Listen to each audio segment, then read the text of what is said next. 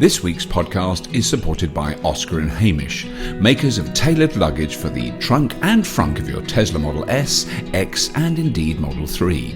Visit www.oscarandhamish.com and Fully Charged podcast listeners can save 10% and get free shipping if they use the word Fully Charged, all in one word, at checkout.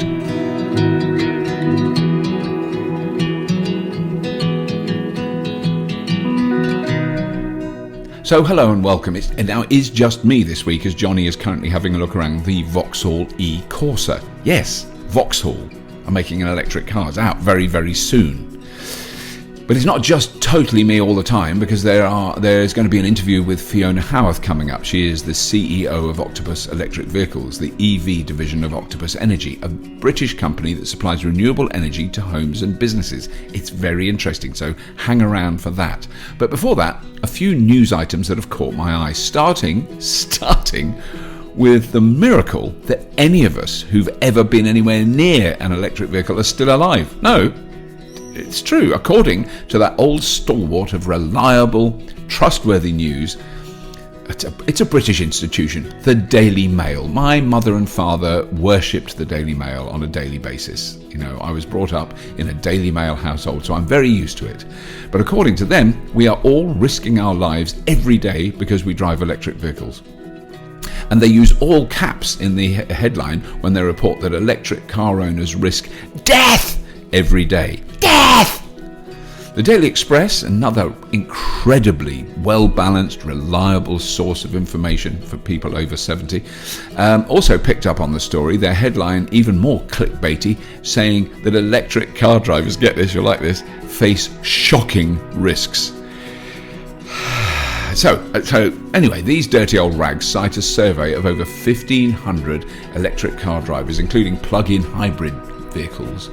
And apparently they all, every last one, always, without fail, charge their cars at home using a daisy chain of extension cords specifically designed to only be used indoors. That's what they all do. They all do it. I see it every day, just great long daisy chains of extension cords coming out of your bedroom window, charging cars. Now, just to put some of this nonsense into some kind of perspective, and I meet these companies all the time, and you will have heard of many of them, the number of special, safe 32 amp sockets being installed in the UK every year is in the many tens of thousands. But obviously no one uses those. They use daisy-chained indoor extension cords that aren't built to take the level of charge that a car needs. Yeah. So, you know, anyway. I hope listeners will forgive me for being mildly sceptical about these shock horror clickbait stories. There's no question, in the past I have used the 13 amp 3-pin charging cable that we use in the UK that tends to come with all electric vehicles. And 11 years ago, I even had a specially installed outdoor 13 amp socket at my house that I needed to charge an electric car. That was the Mitsubishi iMeave that I had, and it was completely safe. And it had an extra fuse so that if anything went wrong, it just cut out.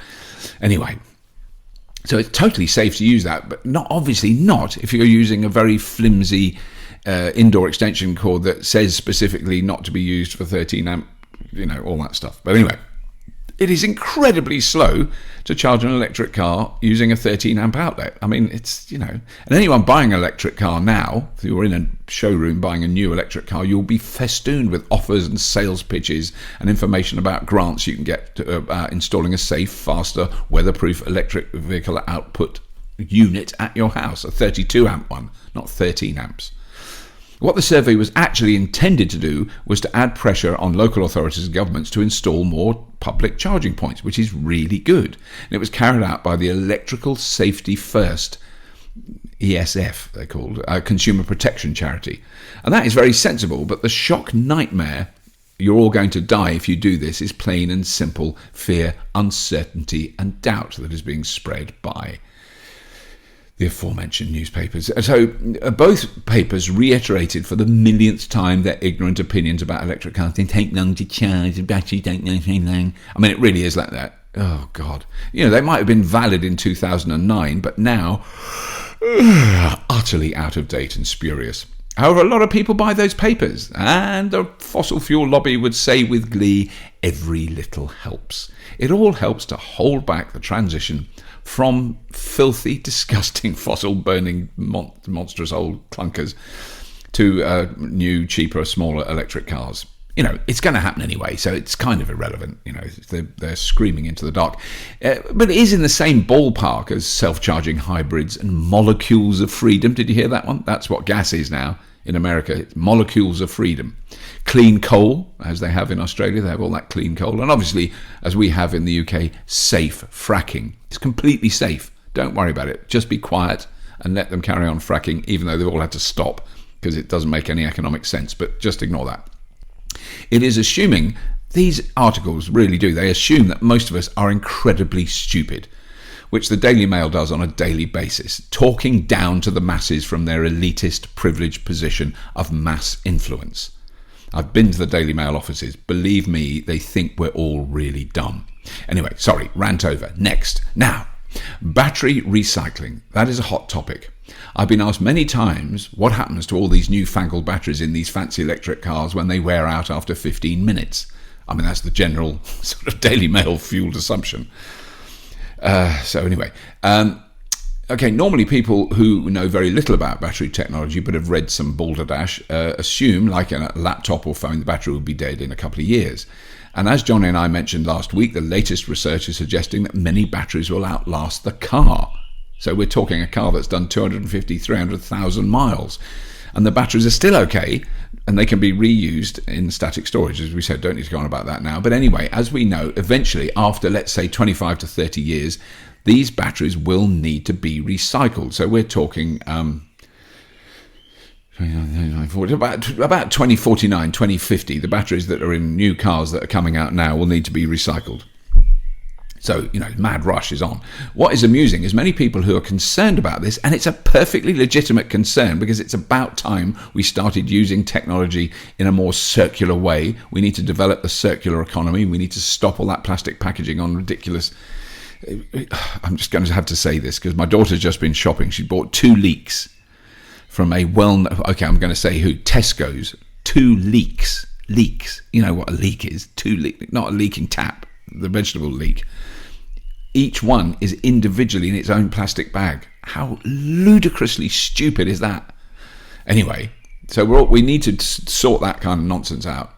But people who are concerned about this will happily use a smartphone which contains a lithium-ion battery with cobalt, and at present, less than 5% of these batteries are currently recycled. Oh, well, I mean, the phone is only small, the battery is only small, it doesn't really matter, does it? Well, 1.56 billion smartphones were sold worldwide in 2018. That, dear listeners, is a lot of batteries. That's enough batteries to store 1,123,200 kilowatt hours of electricity, or enough for 28,080 electric cars with 40 kilowatt hour battery packs. Yes, I used a calculator to work that out. And that's just smartphone sales in 1 year. That doesn't include tablets or laptops, which use much larger batteries. There are estimated to be, at present, over 5 billion smartphones in the world right now, and only 5% of these batteries are recycled. So, and this is just my own opinion, maybe we should be worrying more about them right now. Because they need to be recycled today, not in 30 years' time.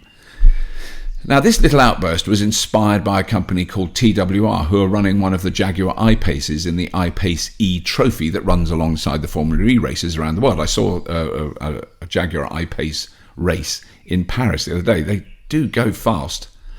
I'll admit that. They go very, very fast, those I-Paces.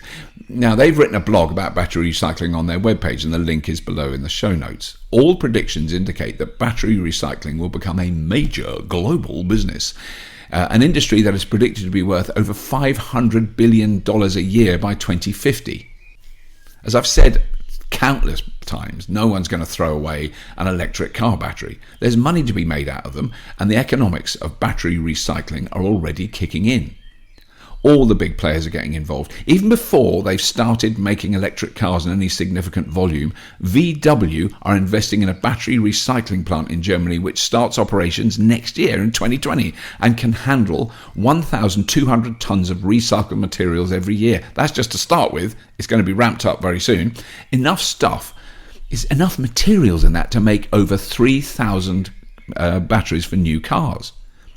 Well, what does that mean? So if they get really, really cheap, worn-out batteries, they recycle them, and the cost of recycling them is going down a great deal, and they can make batteries for 3,000 cars. That makes economic sense, which means they're going to do it. And how much does it cost to recycle them? As I said, currently it's about $1 per kilo. That's how much to shred them and extract all the elements within them. $1 a kilo. And that is predicted to fall in the next few years as recycling ramps up. So let's hope all these new battery recycling companies can start to recycle all our phones and laptop batteries too. That would be very good to get it up above 5%, say 8%, 10%. I mean, anything would be an improvement on 5%. I mean, that is outrageous, isn't it? Because you know all those phones are just being chucked away and going into landfill. That is really, really wrong. Anyway, enough of my personal waffle. Bit ranty this week, sorry about that. But what comes next is much nicer. So last week, I sat on a panel about electric cars at the Hay Festival. For those of you in the know, this may sound a little odd. Electric cars at the Hay Festival? What? The long-running Hay Literature Festival, which takes place just outside the lovely town of Hay-on-Wye and the Welsh borders, is, as the title implies, a literature festival. It's all about books. It's full of writers. Some of them are really successful and famous. Some of them are moderately successful. I have been there and read from my books in the past. Okay. Yeah, it wasn't packed when I did that. I was in quite a small tent. So it wasn't a major event. It was one of the minor fringe events. But anyway, so I have been there many times over the years. But it's an incredibly popular show. It's really a lot of people there. It's in a very beautiful setting.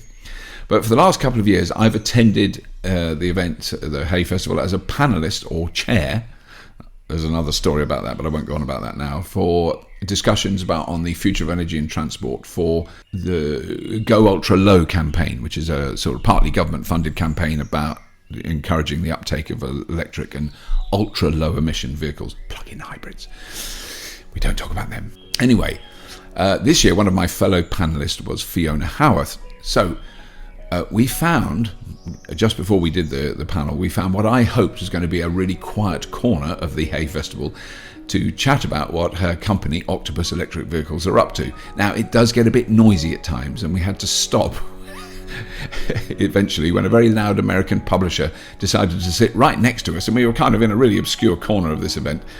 It decided to sit right next to us and shout at someone in New York. Oh, the jolly japes of a literature festival. Anyway, Fiona will be appearing at FullyCharged Live later this week, and I've got this far without mentioning FullyCharged Live, which I'm very proud of. But anyway, just to let you know, all the talks, presentations and panel discussions that take place at FullyCharged Live at Silverstone on the 7th, 8th and 9th of, where are we, June? It's 1st of June when I'm recording this. They'll all be on the podcast in the coming weeks. So if you can't get to the UK's biggest family festival of electric vehicles and clean technology, you can catch up on the shenanigans on the Fully Charged show and on this channel in the form of podcast stations. Anyway, over to Fiona.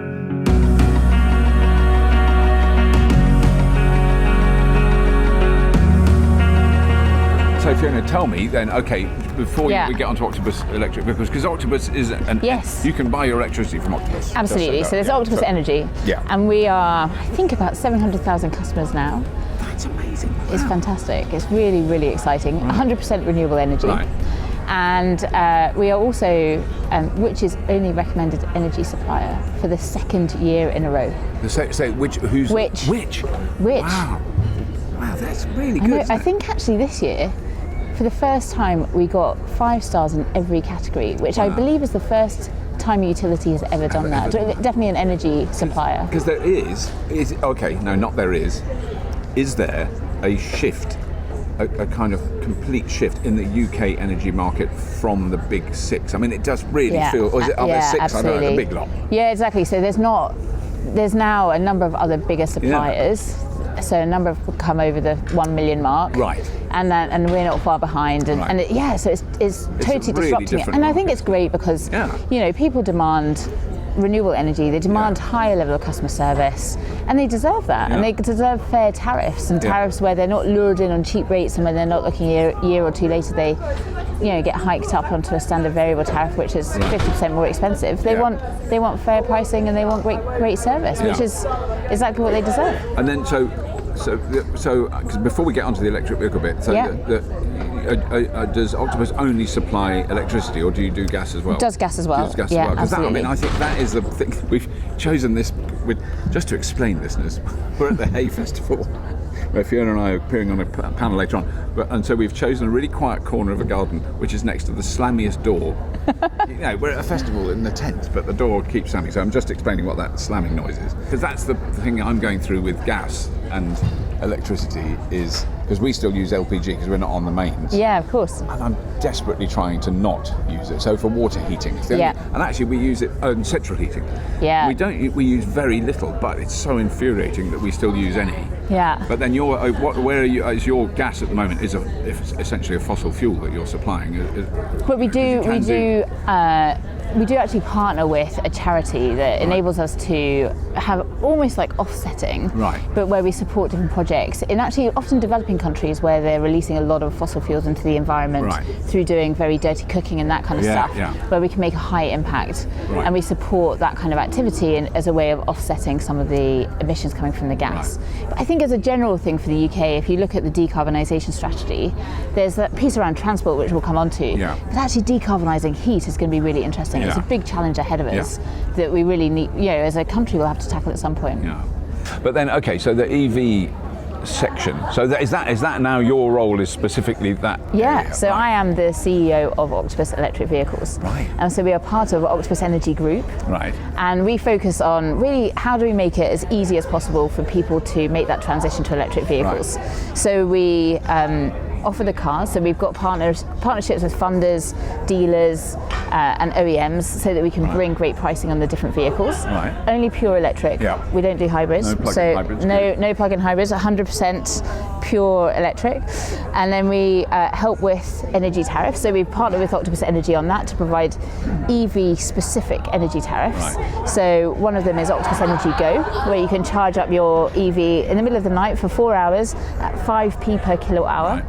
So that starts at midnight to 4:30. And linked with that, we also do charging, which is we partner with My Energy, who you know quite well as well, who make the Zappy charger, which you can pre-program to start charging at 12:30 when our cheap rate kicks in. Right. So you don't even need a car that has a no, exactly. Have timers in them now. Exactly. But if you don't have if you don't, some of the older cars don't, or if it didn't come with an app, then you can just set it up on your charger and it happens automatically. And if you want to override it, then you can do. Yeah.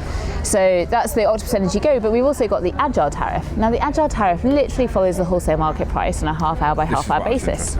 And so in the overnight, obviously it's less expensive. There's a little peak around about breakfast time, and then there's a big peak typically between 4 and 7 p.m, which is when the high consumption happens in the UK. And so the pricing also follows that model. And in fact, sometimes over the overnight, we sometimes pay things like wind turbines to turn off, which is madness. And what we're saying is actually don't pay wind turbines to turn off. Let's pay our EV drivers to charge up.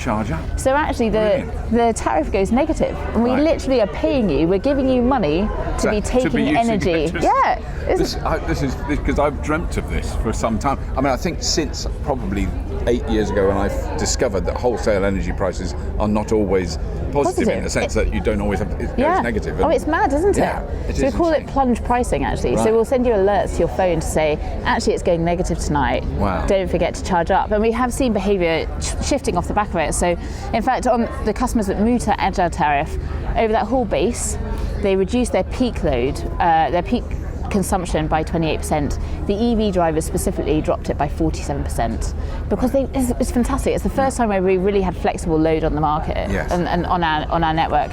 Where actually before, if somebody had said to me, well, don't have your electric shower at that point, or don't straighten your hair at this point, or don't cook your dinner. Of course I wouldn't. I mean, it's just when I want to do it. But actually with your car, you can charge it up just whenever it works. So it starts to become this real enabler for the grid and a real enabler for us moving to renewable energy. We've actually launched a partnership just very recently with OMI. Have you come across OMI yet? Yes, I've got an OMI cable. Yes, have you? Yes. But the only problem I've got with that, and this is definitely not their fault, is we have absolutely zero phone coverage where we live. Unless what a shame. Unless we can, if I could park the car up the garden. Because that's what my wife and I had to go up the garden to send a text. That's funny. That's very funny. So, we're working. They're being really good because we can join it to our Wi-Fi. Okay. I mean, I've used it once away from home, just on a public charger. Yeah, you can, and it got absolutely. a signal, and I could just see it working. Yeah. It won't work at home at the moment. I've had really good idea though. Yeah, so I've had one at home, and what I love about this is it's retrofittable with all charge points. Yes. As well as you can get a cable actually that uses a 3-pin plug, or you can actually get commando socket, which is actually what I did because we moved house in January, so I just got a commando socket installed. Right. And so my OMI cable is a commando socket to a Type 2, but you can also get a Type 2 to Type 2, so you can use it anywhere. So the OMI cable, which is spelled OHME. OHME. So basically what you can do is it looks at that agile pricing on a day-by-day basis. So the pricing comes out at, I think, about 3:30 the day before. And so it looks at it, and you can say, okay, come on, OMI, I want 50 miles tonight, or I want 30 kilowatt hours tonight, whatever it might be that you're looking to charge up. And it will work it out. So, okay, you need 30 kilowatt hours on a 7 kilowatt, that's roughly 4 hours. Yeah. So I'm going to find the cheapest 4 hours to give you that. It charges at that. Yeah. You don't have to do anything. Don't have to do anything. Yeah. So it will start charging, say, between half midnight and 1:30, and then again between 3 and 6, or whatever it might be, or maybe you need less than that.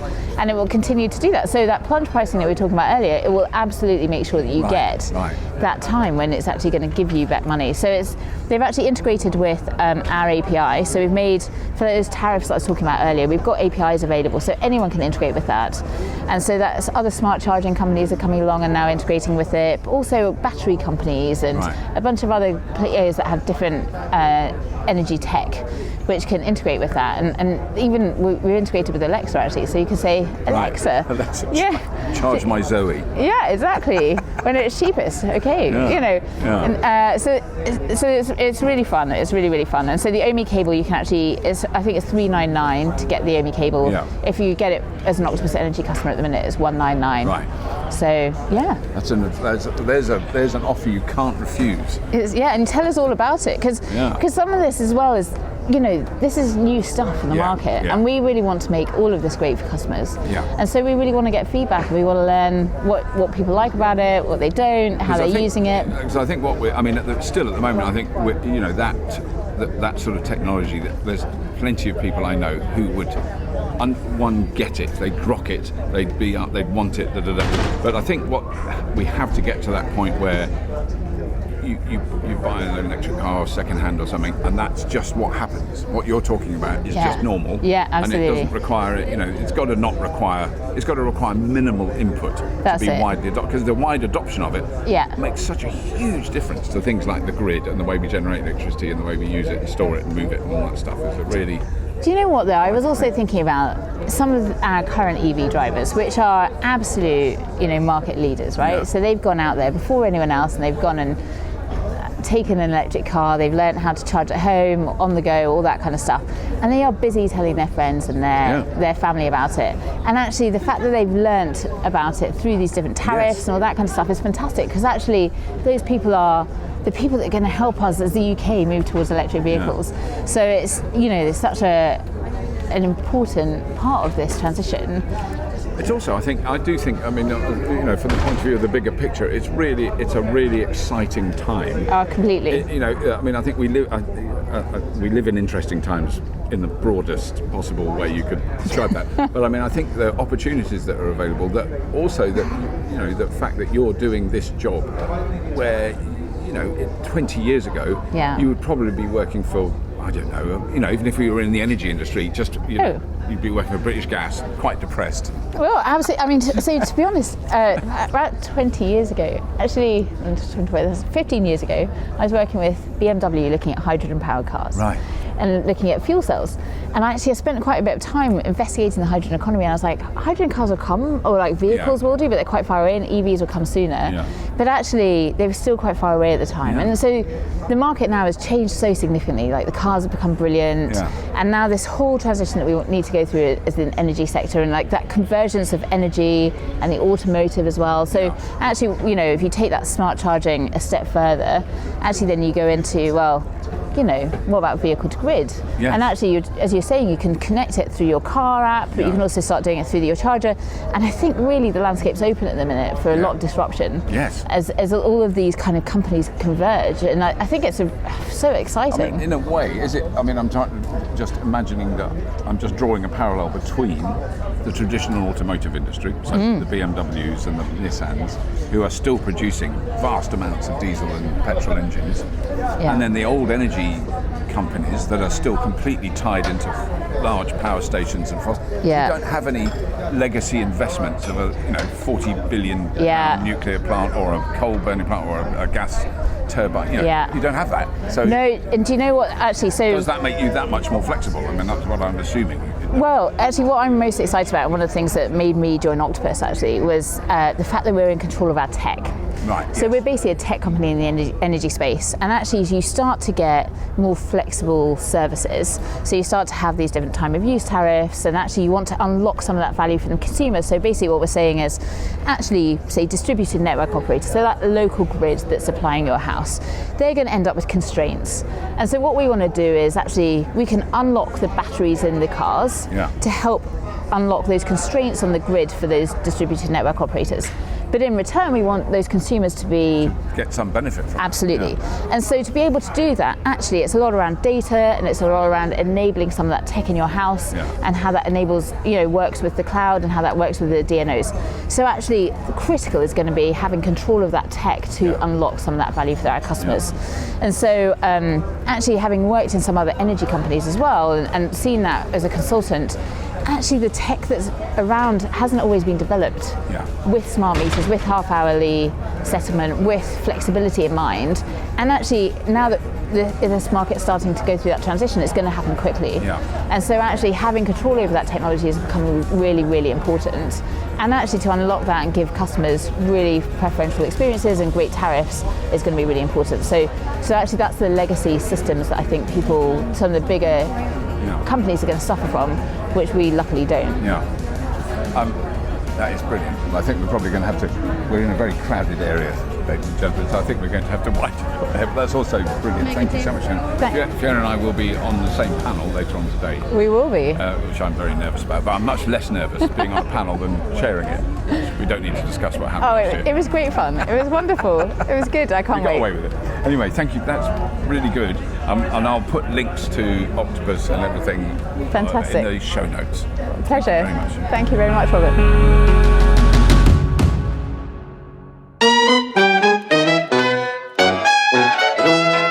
Now, one of the things about doing long road trips in an electric vehicle, and I've done 4 really long ones in my Tesla, is that, you pack all your bags in your house and then you carry them out to the car, and they don't, they're just like a load of old junk. You shove it in the back, shove it in the front, whatever, and it's the right mesh, and you can never find the bags when you need them, and you leave your packing to the last minute. Well, I now pack all my stuff in the specially manufactured Oscar and Hamish luggage bags, which fit unbelievably tightly into the front. So I leave the back. There's not much in the back. It's all in the front. And that is really cool, because then you know which bags are which. There's 3 different bags. There's sort of triangular ones that go at the sides and a big square one in the middle. And I just take the big square one out, and then I use one of the triangular ones for your washing, for your laundry. So I pack that with the laundry, and then, it really, really does make a big difference. The other thing is, you do all that in the house, and then you just drop them straight into your frunk, and they fit perfectly. Oh, it's nice. So Oscar and Hamish will be exhibiting at the FullyCharged live show on the 7th, 8th and 9th of June, and they will have special on-the-day show deals, and we'll be having a competition to give away a unique, bespoke opportunity to have your EV, and that is any EV, not just Teslas, any EV measured up for some custom-made luggage. That is nice. Well, that's all I've got time for. Thank you so much for listening.